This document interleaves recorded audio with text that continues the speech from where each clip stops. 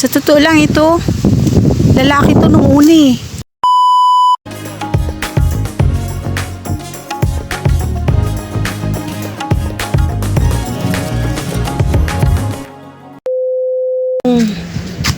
Yung aking talong ay yung aking papaya. Oh. Ang dami pa naman bunga. Oh, nalanta na siya. Nasubrahan ng tubig. Andito pa siya sa tabi ng gripo. Nalanta tuloy oh. Kita mo yung dahon niya? Nawala na yung talbos niya doon sa pinakatuktok niya. Ayan, may grasshopper oh. Ang dami pang snails na kung tinatanggalan yan. Ang dami nga bunga yan eh. Oh. Yung paapaya na to, hanggang dito lang, nung magbunga siya. Magumpisa siya mamulaklak, mamunga. Pero pag mga ganyan na siya kalaki, nalalaglag na, nagyayelo na, nalalaglag. Hanggang sa umabot siya dito. Nung umabot na siya dito, sabi ko, pag hindi ka namunga, hindi mo ko binigyan ng bunga mo, ang damot mo, tatanggalin kita, papalitan ka. Pero tignan mo, mula dito hanggang doon namunga. Yan o, may bulaklak pa nga dyan eh. Ayan, pinagkuhanan ko na ng bunga. Yan. Ayan, tignan mo naman. Kung kaano kahitik yung bunga niya, libot siya, nakalibot siya. Yung kaso na sobra na ng tubig, tapos biglang minute. Ayan o, nalanta siya. Pinakikiusapan ko nga siya, huwag siyang pumigay. Ayan o, lantang-lanta ngayon.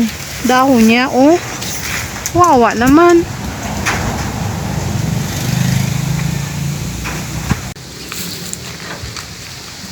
Tanggalan na naman natin siya ng snails. Sa totoo lang ito, lalaki to nung una eh. Namulaklak to, lalaki. Tinanggalan ko lang ng talbos. Tapos nung namulaklak ulit, ayan. Naging babae naman na siya. Ganun pala yun. Parang ganun nga siguro yun. Ngayon, tanggalan natin ng snails kasi ang dami na naman yung snails. Araw-araw tinatagal ako ito eh. Lalaki oh. Mais kayo dyan.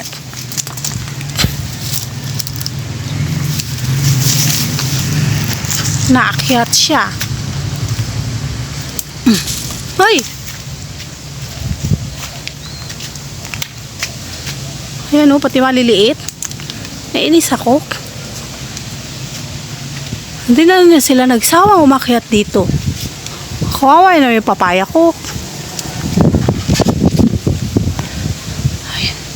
Ayun, meron pa doon sa dulo.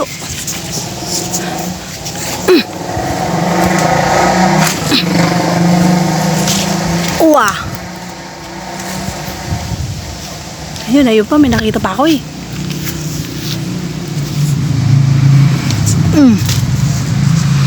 Yan, wala na. Bukas yan, dami na naman yan. Yeah, bye-bye papaya.